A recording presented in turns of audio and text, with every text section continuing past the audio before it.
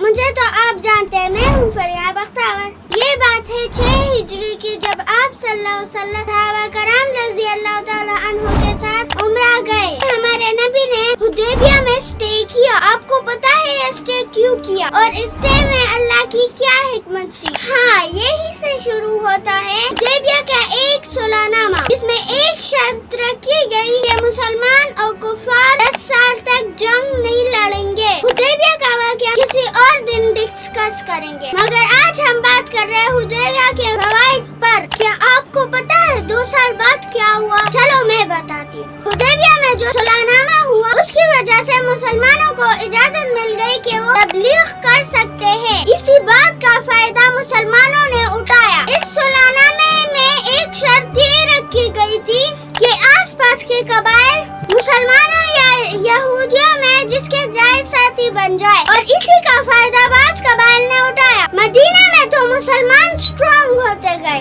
مگر مکہ میں مسلمانوں کی حالت اب بھی خراب تھی۔ مکہ میں 2 قبیلے بنو بکر اور بنو خزا رہتے تھے۔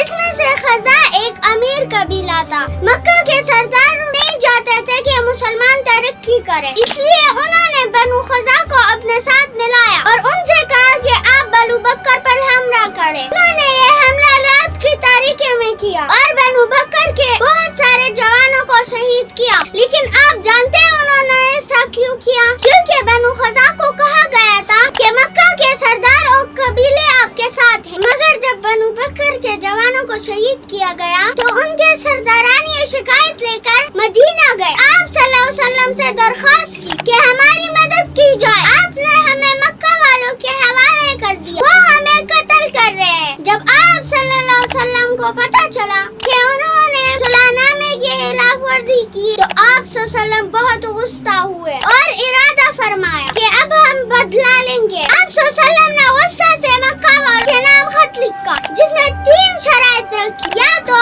بنو بکر کے شہداء کا خون بہا ادا کیا جائے، بنو خزا سے دستبردار ہو جائے، یا نمبر 3 جو سب سے ضروری اور عام تھی اور جہاں پر کفار نے غلطی کی، وہ شرط یہ تھی کہ صلح حدیبیہ کی شرائط ختم کر لی جائے۔ مکہ والوں سے غلطی ہو گئی، انہوں نے جلد بازی میں صلح حدیبیہ کو ختم کر دیا۔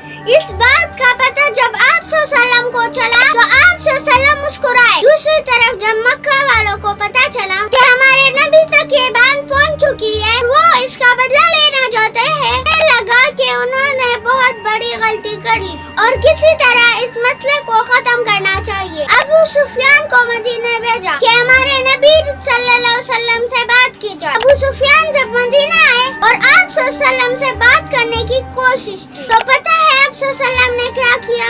بات کرنے سے انکار کر اور منہ مبارک موڑ لیا، جس پر ابو سفیان کو پتہ چل گیا کہ اب ہماری خیر نہیں۔ ابو سفیان کے جانے کے بعد آپ صلی اللہ علیہ وسلم نے زبردست حکمتیں اپنی کی اور تقریباً 12,000 کا لشکر تیار کیا۔ لیکن رکیے، میں آپ کو یہاں ایک اور بات بتاتی ہوں۔ آپ سمجھیں گے کہ مکہ والوں کو جنگ کا پتہ چل گیا، پر نہیں۔ آپ صلی اللہ علیہ وسلم نے ایک چھوٹی فوج تیار کر کے روم کی طرف بھیجی اور خفیہ طریقے سے جنگ کی تیاریاں شروع کر دی اور مختلف قبائل کو لے کر مکہ کی طرف چل پڑے۔ یہ ہجرت کا 8واں سال تھا۔ آپ صلی اللہ علیہ وسلم اپنے صحابہ کو لے کر مکہ کی طرف چل پڑے، لیکن ایک منٹ، جنگ کے لیے خصوصی قیادت کیا تھی؟ آپ صلی اللہ علیہ وسلم نے اپنے صحابہ سے فرمایا کہ یاد رکھا جائے بھی کسی بچے کو نہ قتل کیا جائے، فصلوں کو نقصان نہ پہنچایا جائے، بوڑھوں اور عورتوں کو کچھ نہ کہا جائے، بس اس سے لڑا جائے جو جوان ہو اور میدان جنگ میں ہو۔ سفر کے دوران آپ صلی اللہ علیہ وسلم